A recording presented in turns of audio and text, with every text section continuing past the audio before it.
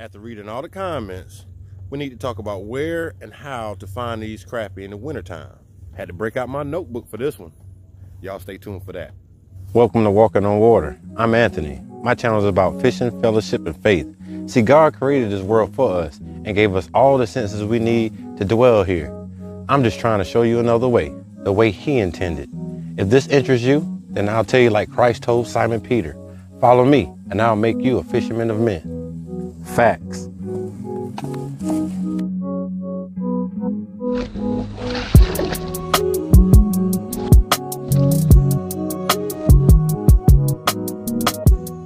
So are you coming?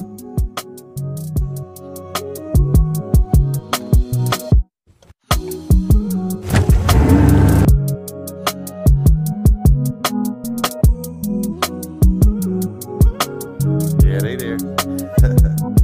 Good load. Gosh.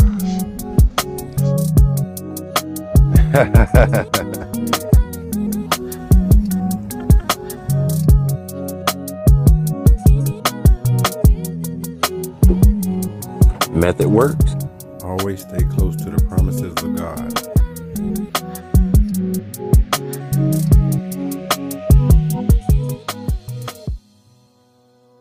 Welcome back to another episode of Walking on Water. First off, let me say happy 2023 for all of y'all that's watching. My new subscribers, I want to say, hey, I appreciate you. Welcome to the Walking on Water family. As I mentioned before, I brought my notebook for this one. See, I was reading the comments and there was a lot of good questions. The common problem that I was seeing was people saying, man, I just can't find them. Where do I need to look? Today, I'm gonna give you the game. If you can't find crappies after today's video, I'm here to tell you, they don't exist. Before I get started into this video, I want to point out that my channel is not monetized by YouTube. So if you see any commercials popping up in my videos, please hit skip. That's not how you support my channel. And if you want to support my channel, there's two things you can do. The first one is just give this video a thumbs up or shoot me $1 in my Cash App. That'll be gas money or something. Give me some cameras. Hey, so we can keep this thing moving forward. So I want to say thank you in advance. Let's get into it. I'm gonna show y'all how I take my God-given common sense to figure out these fish. Cause somebody ain't gonna believe it. I'm gonna show y'all what I'm talking about. Y'all know I be holding back, right? Roll the clip. Cause somebody ain't gonna believe me. I'm gonna catch a crappie like I'm trying to break into a safe. Watch, let me demonstrate. Just gonna throw it out. Let it fall. I even turn my back. Put my ear to the rod. And then I'm gonna wind it slack up, wind it real slow, listen for it. Listening for the click. My buddy Andre used to say he hear his jig coming through the water. Got him. Got him. What you think about that? Y'all see him. Try that again. So pause. If you take one of your 5 senses away, the other 4 will be stronger. One more time for you non-believers. Count it down. 4, 3, 2, 1. Put my ear to the rod. Shake up my tip tangle. Hold on.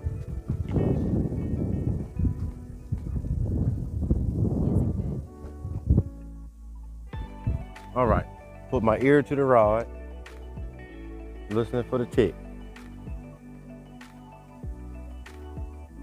Got him. I heard the tick.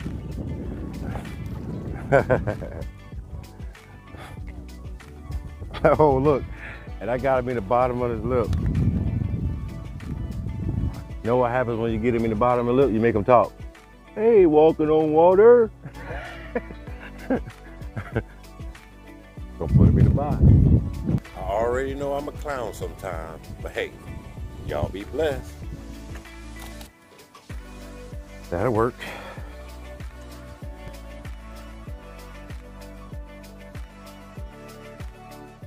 I ain't telling y'all after that clip that you're gonna be out here just catching them blindfolded, but that's just an example of when you unplug from the world and begin to plug into nature towards God, the things you're able to do. Now, before I go across this water, there's the first thing you need to do is you got to find stable water. Somebody gonna ask me, now Anthony, what you mean by stable water? Here's an example. All right, to help me explain how stable water works, in 10 minutes, I created Lake Anthony.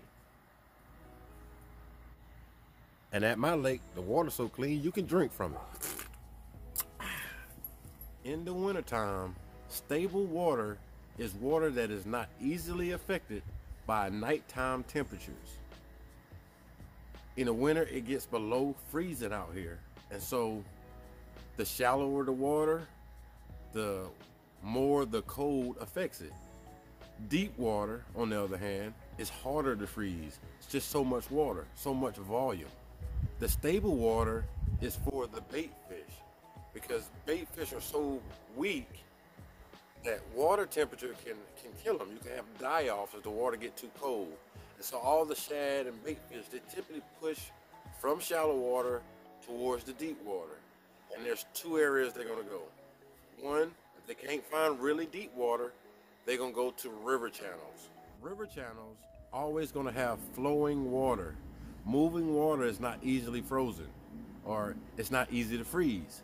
And so they'll go to these creek channels and they'll get right in that creek channel because they don't want to get trapped in ice. The north side of your lake typically is always the shallow side, and it runs to the deepest side, which is the south side, towards the dam.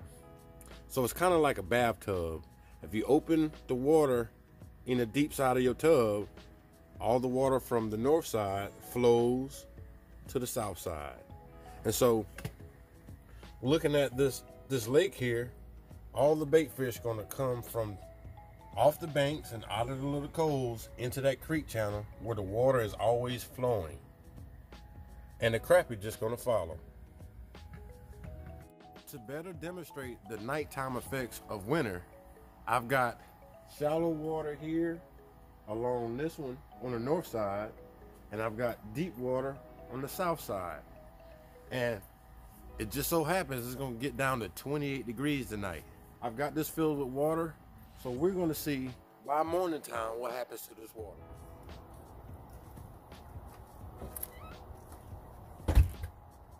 All right, y'all, it's the next morning. I got my cup of joe. Let's check out this lake. Oh goodness, look at this. Shallow water, it's frozen solid. And the deep water, it's not frozen solid. It's not frozen solid, but got a sheet of ice. So this water, the deep water, is more stable than the shallow water. Just a quick note about shallow water. Now, if the fish would definitely have to stay inside of this creek channel, or the bait would have to stay inside the creek channel. All right, moving water doesn't freeze, so they would have to stay in the river channel. Somebody might ask, well, Anthony, what's the point? The point is, you have to find stable water, and it's going to be deep water and running water that's near the river channel. And so that's what we're going to do when we get out there. So now that we know what stable water is, we're going to go straight to deep water where there's river channels. You get what I'm saying? Now somebody might ask, Anthony, what's a river channel? It's the river that flows in the bottom of the lake. It zigzags and all that stuff. And I'm gonna show you on the graph what that looks like. Let's go get them.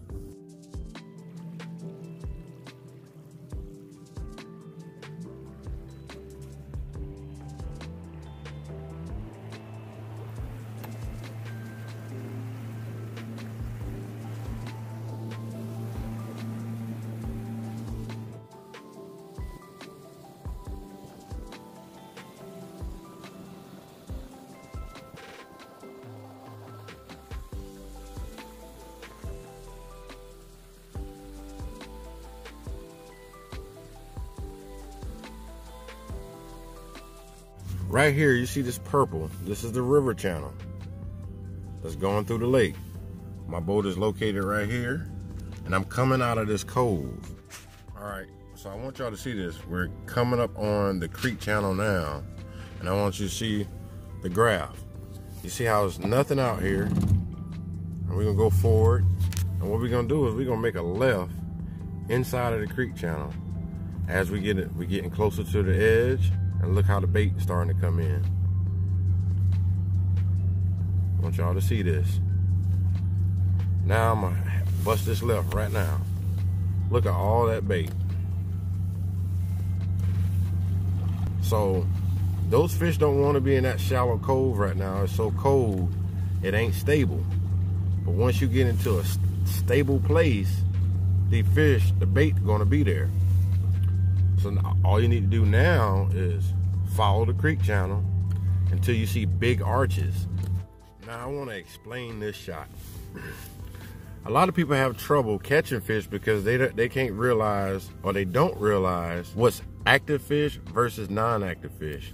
So you see how the bait here are at one depth, and then you got a gap here, and a gap there, and another gap there. What's going on is you got crappie or white bass or whatever bigger fish. As you can see, those dots are bigger right there. Those fish are feeding on those shads. So that's actively feeding fish right there. That's what I would be looking for, because you can tell with the bigger dots up in here that they're pushing that bait up, and the top of that bait ball is at 14 and 13 feet. And so that's active fish right there. Now, if I would probably want to fish, if I was going to fish this spot, I would want to fish 28 feet deep, and you probably catch a whole bunch of fish right there. Let's keep going. Let's talk about common sense tactics real quick. Now, a lot of folks say, hey, Anthony, I have trouble trying to figure out what I'm looking at when I'm looking at my screen. And I said, well, you already know what you're looking at. You just need somebody to bring it out. And so, for instance, if I was to show you 3 pictures, still pictures, and the first picture shows me sitting down at the table, got my nice napkin in my shirt with a fork and spoon or a knife and fork in my hand, and I said, hey, what does this look like? You would say, Anthony is about to eat. Okay. The next picture I'll show you, it would be me sitting at the table with a piece of steak in my mouth, and then I would ask, what's going on in this picture? You would say, Anthony is eating. Okay. And the third picture I show you is me with the steak gone off of the plate, and I was to ask you what's going on in this picture, you would say, Anthony is finished eating. That's the same thing, or that's what's going on when I'm looking at the graph. So I'm gonna show y'all how to use your own common sense to see that. Now I want you to see this.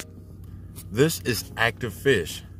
The bait represents the steak. Now, as you can see, you got big arches. The bigger arches is bigger fish that's feeding on the bait. The bait looks like clouds. And so since they're together, you know those fish are feeding. Perfect place to drop a line. In this picture, this represents fish that are finished feeding. You see what I'm saying? Now, Anthony, why you say they finished feeding? Well, these bait fish are up high. So, and imagine they was all in one ball, and they was lower in the column when the fish wasn't feeding. But now that these fish at the bottom, the bigger arches, done fed on them, they eat them and then go back down.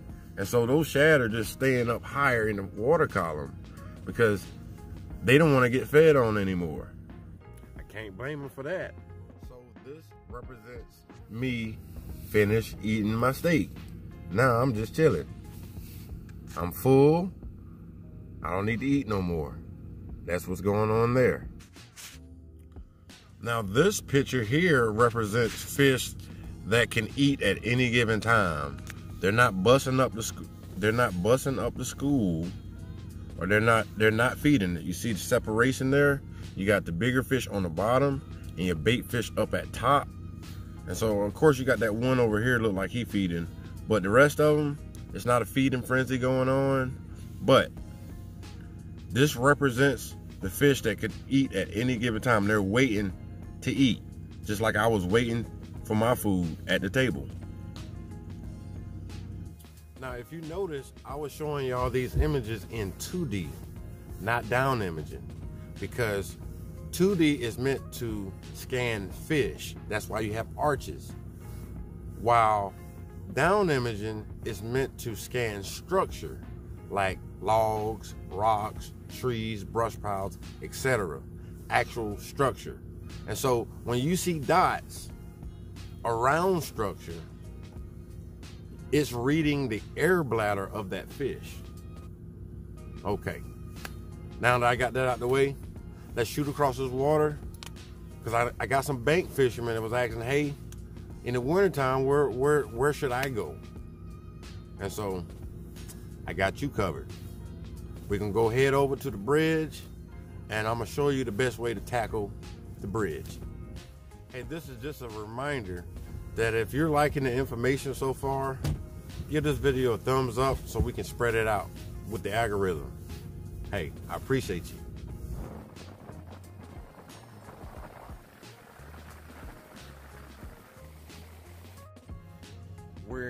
I'm in the middle of the lake right now, halfway to the bridge. Y'all can look around, but I want to show y'all this. Now, I'm in the middle of the lake, and you see there's not a lot of activity just here, per se. You see, you might have a little bit of bait there, not much to see. But see how I'm coming up on this creek channel again. It crosses over the lake, so I'm gonna pull into the, once I pull in, I'm gonna hang a right so you can see as we get closer to the creek channel, look at the bait starting to show up. See what I'm saying? This is what the fish, this is where they're going. This is where all the food is at. We're turning.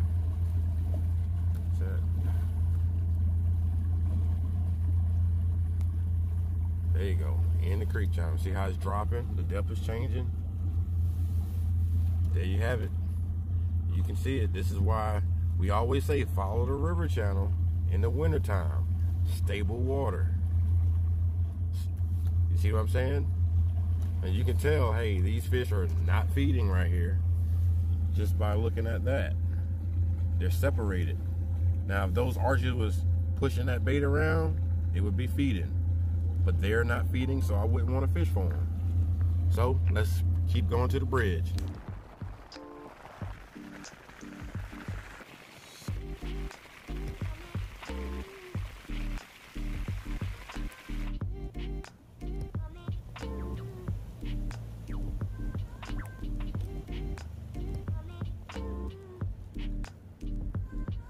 All right, so I don't want to get too close to the bridge right now, just because there's going to be a lot of noise from cars passing along the bridge.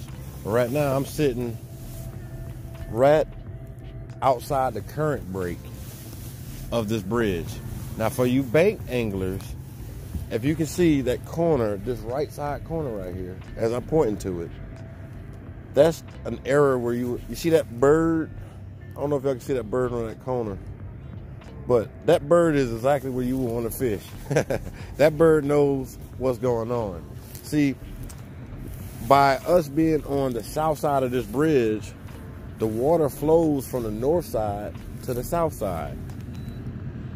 And because of that, that's called a current break. So a lot of fish will be right there on that corner. A lot of your fish will be right there on that corner where that bird is standing. From here, you probably can't see that bird, but I can zoom in here and I can show it to you.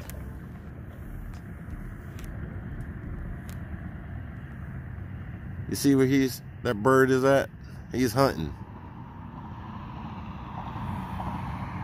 So now, understanding this about the pylons. Now, when you're coming up to these pylons, the fish, based off of current, the fish are going to be stacked facing into the current behind the bridge pylon, which means if you're looking at it from this angle, they're going to be on this side of the pylon, on the back side, because the water is flowing through the bridge this direction. And so we're just going to scoot up there and we're going to look around. I'm going to scan a little bit and we'll see what it's looking like. Since I'm going to scan these pylons, my transducer is on the right side of my boat, so I'm going to scan to the right side. Now remember, I said down imaging is for scanning structure. And so that's what I'm going to do. I'm going to pick a pylon. We'll pick that one right there. And we're just going to pull up on it and scan it, and I'll show you what that looks like. All right, so we went through there and scanned. Now look at that. You got a bunch of bait in the middle of that pylon. This is what it looks like underneath that bridge. Bunch of crappie, bunch of bait. All right, y'all, so I've been fishing for about 2 hours. I've fished up under the bridge. It's too noisy over there, so I couldn't really record that, but I'll show y'all some fish. I got him in that basket. You see him. We're gonna put him in the box. Got a few good ones in there. I want y'all to see them. Some pretty fish. Big fish. Nice fish. So we'll end up putting them in the box. I'm gonna try to get out this wind. We're gonna talk about some other things. Because I want to stay within the laws of the land, I'm changing lakes because I already got my 20 from Jordan Lake. So I'm coming over to Sharon Harris, and we're gonna get some Livescope catches, and I'm gonna show y'all the same rules apply from Jordan to here as well, because it's winter time. Let's get it. Hey, if you're the type of person that believes education ain't free and you're enjoying this video, I ask that you donate $1 towards my channel. And if you ain't got $1, you probably shouldn't be watching this video. Probably need to be working. I'm just saying. It'll go towards the next video. Hey, I appreciate you. I'll put the link in the description, and I'm gonna put it down here in this corner. Right there. Yeah.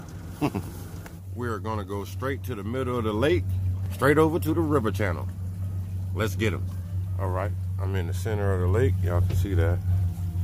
Look around. But I'm following along that creek channel. Look at all that bait. See me following in the creek channel? Bunch of bait, bunch of fish. I just got to see which fish are active. Y'all see it going down to him.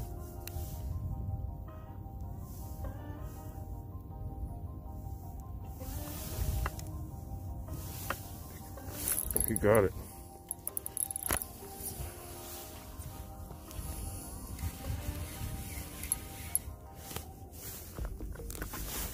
Coming on up.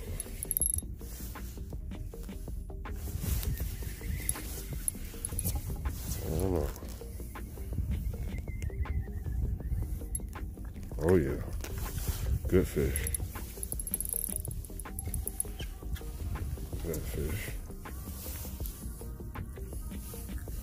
Let y'all see him. Let's go ahead and get a measurement and a weight. As you can see, this fish is just over 14 inches. He's gonna probably weigh around a pound 14 ounce or a pound 15 ounce. Not big enough to be a 2-pounder, but let's check. All right, we got it hooked up on his mouth. Let's lift him up, see what we got. Look at that. A pound 13. Sounds close. Y'all see him. Definitely a good fish. All right. Get that jig coming down to him. He sees it. He's coming, following it. Got him.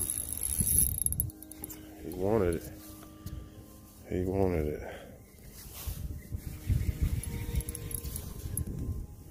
Come on up here.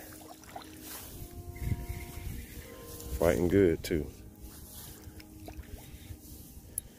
There we go.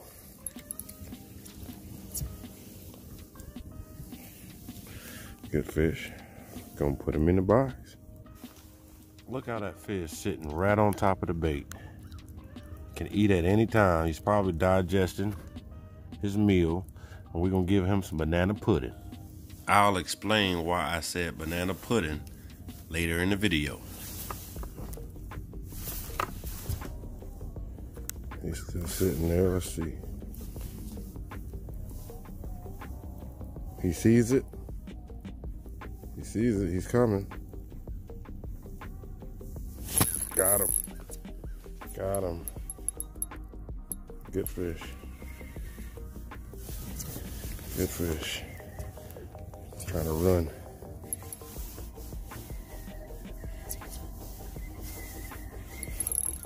Come on. He's still running. Fighting hard.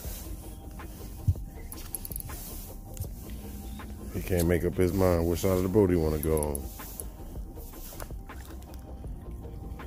Oh yeah. Another good one. Let's get on up here. I'll see him. Look at that fish. Whew. Nice fish. Look how thick he is. All right, so let's get a measurement and a weight on this one. All right, let's see. Now this fish is 14.5 inches. Not quite 15, so we're gonna say he weighs about 1 pound, 14 ounces. Let's check him. Let's get the scale out. Got the scale zeroed out. Let's pick this fish up.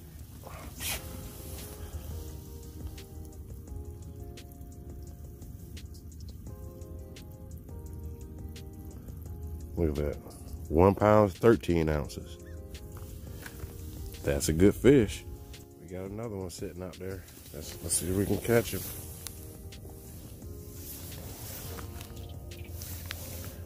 The jig falling to him. Try to get right over his head. Then I'll fall right here.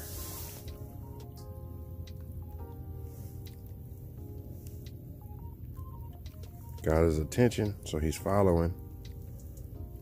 He's following. He's got it.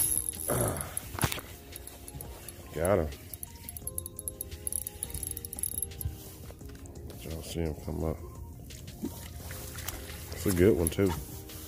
Another good one. Come on up here. Let y'all see it. Good fish. Gonna put him in the box. Notice this bass swimming across the top of the water.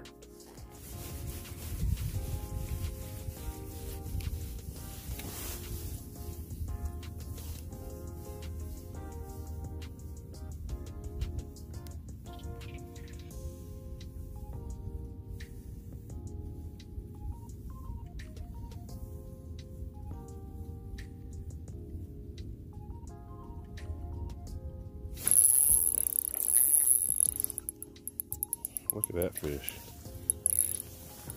That's gonna be a big bass, y'all.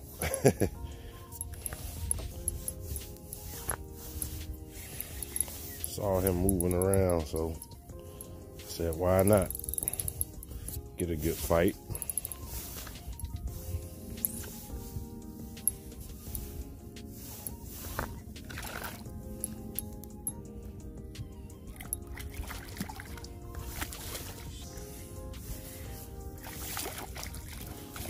All right, let's see if we can get down here to him.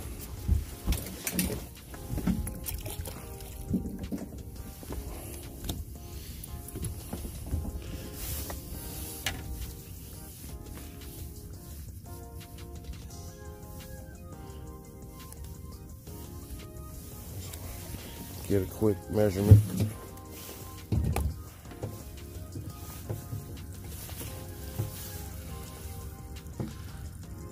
18.25 inches. Let's get them back.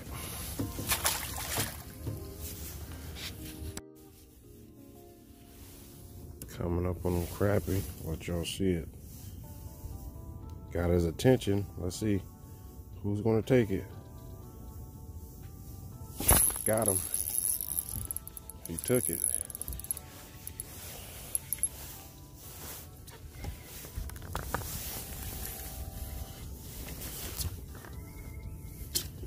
Come on now. Good crappie too. Good crappie. Come on up here. There you go. That's another good fish. I'm gonna hit spot lock. We're gonna put him in the box. See if we can get his attention. That jig coming down at 45 feet. We got his attention. Let's see if he's gonna come hit it. He got it. He got it.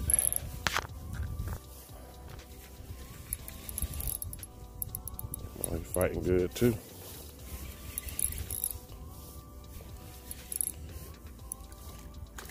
Oh yeah, another good one.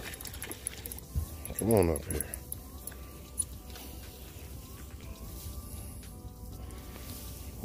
Another good fish. We're gonna put them in the box. In the wintertime, these bigger fish in that 13 and 14 inch range like to form what I call wolf packs. A wolf pack is simply 3 to 5 fish in a group that's hunting. Now a lot of times they'll be sitting and they'll sit above all the bait, and then when they get ready to feed, they dive down and gorge out on the food. As the fish bellies get full, eventually they'll get to the point where shad will start getting stuck in their throat. And when that happens, they have to stop and digest it. And so a lot of times I'm looking for those fish that's sitting there trying to digest that shad in their throat. And this might be totally random. This is why you'll see 1 or 2 still together, or one by itself, because they're not getting full at the same time. And so when one get full, he'll stop and he'll pause and he'll sit there and digest those shad for about 15 minutes. So the rest of the crappie, they might be still plowing into the shad, you know, just diving down into them, still feeding. That gives you an idea of how to come out here and catch these big fish. A good example of a wolf pack. A group of 3 to 5. Well, we're gonna get one of them.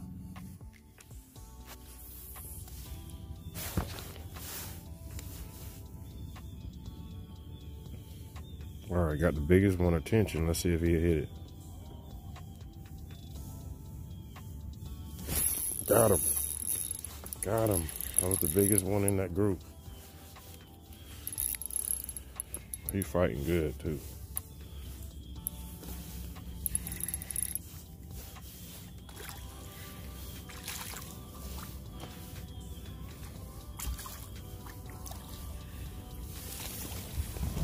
Let's get the net.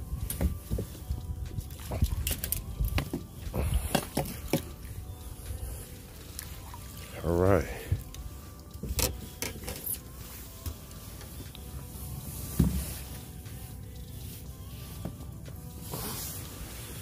It's a good fish, big fish. Y'all see it. Put them in the box. I want y'all to see that. See the other 2 in that wolf pack still sitting there. Let's see if we can get another one attention.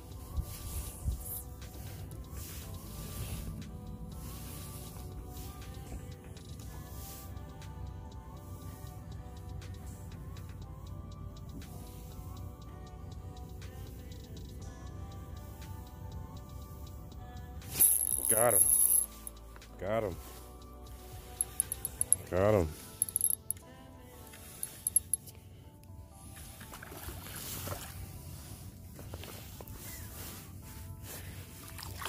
That's number 2 out of the pack.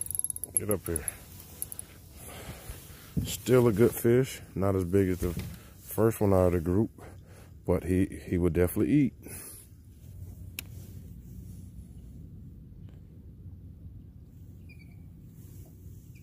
Oh, he coming. He coming. Hold on, he might hit it.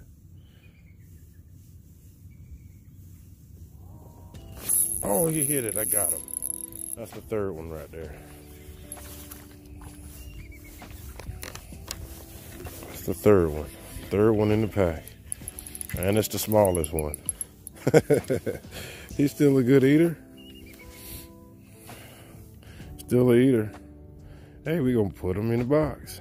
Here's another way to look at the wintertime. In the book of Genesis, on the 4th day, God created the birds, the fish, and all the beasts that's on land. And on the 5th day, he made the sun, moon, and the stars. He gave us the sun, moon, and stars for the signs of the times and for seasons.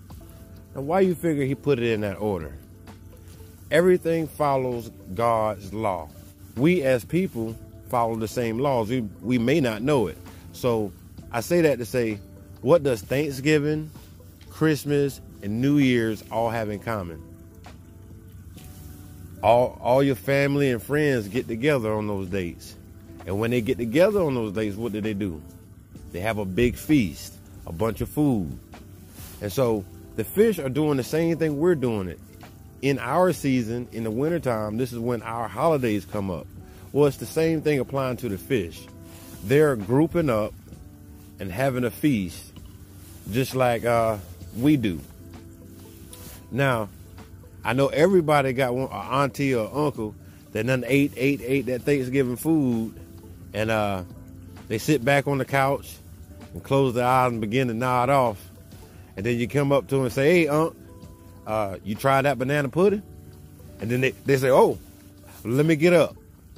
And so basically, I'm going to call that Uncle Freddy. And these fish are the same way. They like Uncle Freddy. You sit there, you drop that banana pudding in front of their face, they're probably going to eat. Hey, but that's just my 2 cents. I haven't been able to record since it's raining a little bit. I just wanted to show y'all this fish. Look at that slab. We're going to get a measurement on her, and we definitely go get her weight. Ooh-wee. All right, look at it. She comes in at 15 and a half. All right, 15 and a half. So automatically, I know she's a 2-pounder. And so I'm gonna say she's 2 pounds, 4 ounces. Let's check. All right, we got it zeroed out.